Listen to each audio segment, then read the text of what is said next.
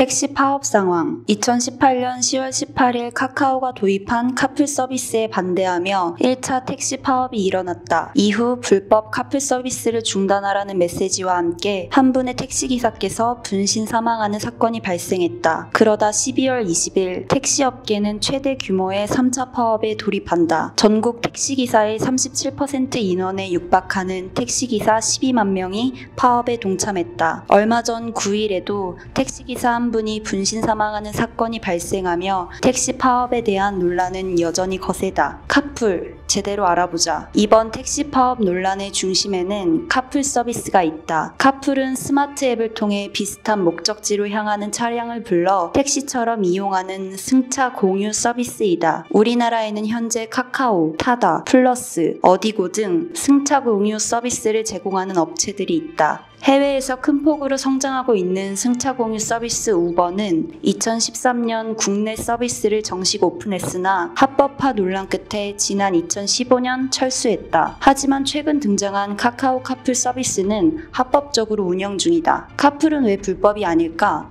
현행 여객자동차 운수사업법에 따르면 사업용 자동차가 아닌 자동차는 돈을 받고 운송용으로 제공하는 것이 금지되어 있다. 단 출퇴근 시간에는 자가용도 운송용으로 활용될 수 있다는 예외 조항이 마련되어 있는데 바로 이 조항 때문에 카카오 카풀 서비스는 운영되고 있다. 카카오 모빌리티가 내놓은 카풀 서비스는 출퇴근 시간대 승용차를 함께 타는 서비스로 여객자동차 운수사업법에 따르면 합법이다. 문제는 카풀이 가능한 출퇴근 시간이 현행법에 명확하게 제정되어 있지 않다는 것이다. 사람마다 출퇴근 시간이 다른데 하나의 기준을 일괄적으로 적용한다는 것은 어렵다. 현재 카풀은 24시간 이용 가능한 서비스이다. 단 카카오 크루는 주 2회만 운행할 수 있다. 각 측의 입장을 들어보자. 먼저 택시업계의 입장이다. 택시업계는 택시의 생존을 위협하는 카풀 서비스 전면 중단을 주장하고 있다. 택시 요금보다 싼 가격에 24시간 이용할 수 있는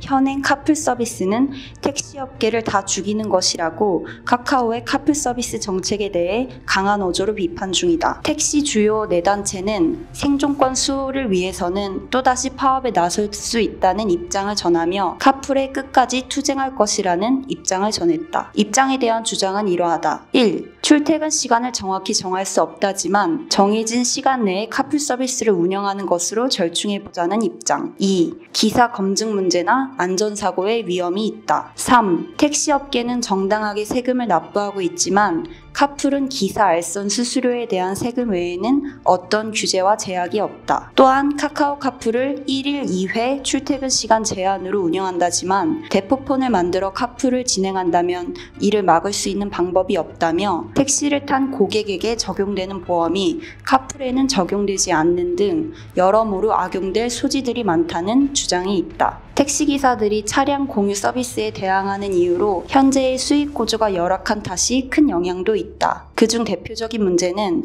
택시 산업금으로 이를 한번 살펴보자. 현재 정부도 택시 파업을 해결하기 위해 산업금을 해결하려는 움직임을 보이고 있기 때문이다. 산업금, 즉 납입기준금이란 특정 회사에 소속된 법인 택시 기사들이 회사에 지불하는 일종의 수익 배분 대여료이다. 택시회사는 노사합의에 따라 그간 12시간 이상을 일하더라도 기사들에게 5시간분의 임금만 지급하며 산업금을 걷어왔다. 그러나 택시회사들도 산업금을 두고 무조건 비난받는 게 억울하다는 입장이다. 일단 한국의 택시요금 자체가 다른 국가들과 비교했을 때 매우 낮다. 실제 외국의 도시와 비교하면 서울의 택시요금이 3-4배 정도 저렴하기에 택시회사들도 남길 수 있는 수익이 많지 않다는 입장이다. 이런 본원적인 문제가 있는 상황에서 승차 공유 서비스로 인해 더욱 입지가 줄어든 택시기사들은 카풀 서비스를 반대할 수밖에 없다는 입장이다. 카풀 서비스를 도입해야 하는 이유.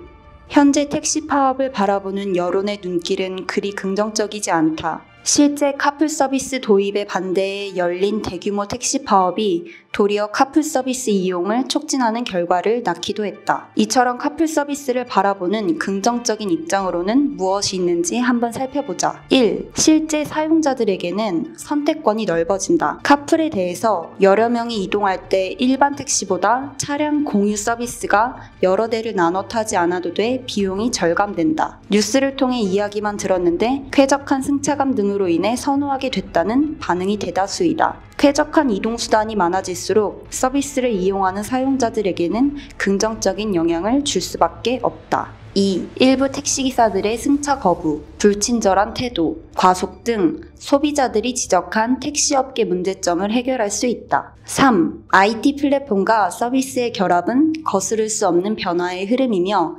시대의 거대한 흐름을 손바닥으로 막을 수는 없다는 입장이다. 그리고 현재 카카오는 서민 먹거리 뺏기 아니냐는 도덕적인 비판을 받고 있다. 이에 카카오 측에서는 여론을 의식해 택시기사들의 생존권 보장을 위한 100억 원대 기금을 출연해 택시복지재단 설립을 제안하는 등 상생 방안 마련에 고심하고 있는 것으로 알려졌다. 택시기사들은 해당 문제점 해결의 선결 조건으로 택시기사 처우 개선과 카풀 서비스의 출퇴근 시간이나 하루 2회 운영 등 명확한 기준 제정을 들었다. 카카오와 택시업계가 문제를 인식하면서도 해결에 있어 평행선을 달리자 정부와 정치권도 뾰족한 수를 내놓지 못하고 있다. 정부와 여당이 택시업계의 산학금 폐지와 완전 월급제 추진, 카카오 카풀 시행 연기 등을 골자로 하는 법안을 추진하겠다는 뜻을 밝혔지만 택시업계는 믿기 어렵다는 반응이다. 택시와 카풀 서비스, 여러 입장이 이렇게 첨예하게 엇갈리는 가운데 택시와 카풀 서비스에 대한 여러분의 생각은 어떠신가요?